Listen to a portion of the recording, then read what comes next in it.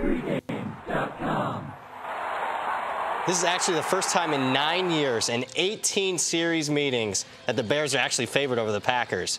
This is Brad Powers, the Pregame.com studios, just off the Vegas Strip. Talking NFL Sunday action. We got a good one with the monsters of the Midway, the Chicago Bears, taking on what's left of the Green Bay Packers. And Fez, who do you like in this matchup and why? They're favored for a reason. I'm on the Bears minus the 5.5. It's all about Green Bay being one of the worst teams in the NFL with Hundley at quarterback. It has not been pretty. He takes over early at Minnesota, and the Packers are a no-show. They get blown out. Then they're home against a very good New Orleans Saints team, but the weather was bad. It's a bad spot for the Saints having to play in the elements, and the Packers, they hung in for a while, but still lost by 9. And then, what is this? Monday Night Football, they lose against the Green Bay Packers. Yeah, they lose against the Detroit Lions by 13 points. However, they were down 20 in that game with 0 seconds left on the clock. Even that was a misleading final.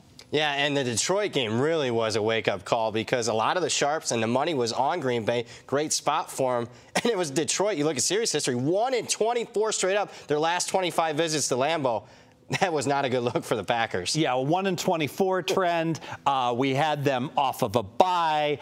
Detroit Lions historically bad on the road, bad on grass. Everything pointed to a home run effort for the 4-3 Packers to save their season, and they come up completely empty. Now let's talk about the Packers moving forward for what's going to be probably a lost season. What's going to be the attitude around the locker room after that home run spot game against Detroit? Green Bay always has trouble attracting and retaining free agents. And the word is like, hey, you really don't want to live in Green Bay. There's no nightlife. The weather's terrible. But they do have a tradition of winning. Well, now that you don't have the tradition of winning, all of a sudden there's no positives over here on the left. There's just negatives. I think a lot of these players are not going to be motivated. And I'll continue to be a Debbie Downer here and pour it on the Packers. Bad injury news. One of their best offensive linemen, Brian Bulaga, now out for the season with an ACL injury. And what I expect will happen is that a lot of these players that are trying to play hurt are going to go from hurt to the injury list, and several of them are going to stop playing, or certainly stop playing as hard as they were when they were contending. All right, your second key handicap. Chicago Bears at home. They've been great at home. Let's take a look. They played 4 games at home. They're 4-0 against the spread. They have not had one clunker. Played very well against Atlanta.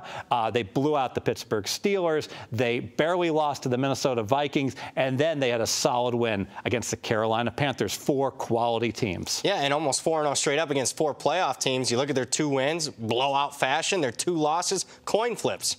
Yeah, and if they had won those coin flips, if Howard catches the ball week 1, and you could argue probably the Minnesota game would have been a little bit of a stretch, but they certainly could have won it, then all of a sudden it would be obvious to everyone, oh, the Bears are a pretty darn decent team, and this line would be much higher than it currently is. All right, you sold me on this one. Love the handicap here. Let's make it official. Let's make it official before this line goes higher. Green Bay is one of the worst teams in the NFL with Hundley. They're 0-3 with them, all losses by 9 or more points, and Chicago has played great at home.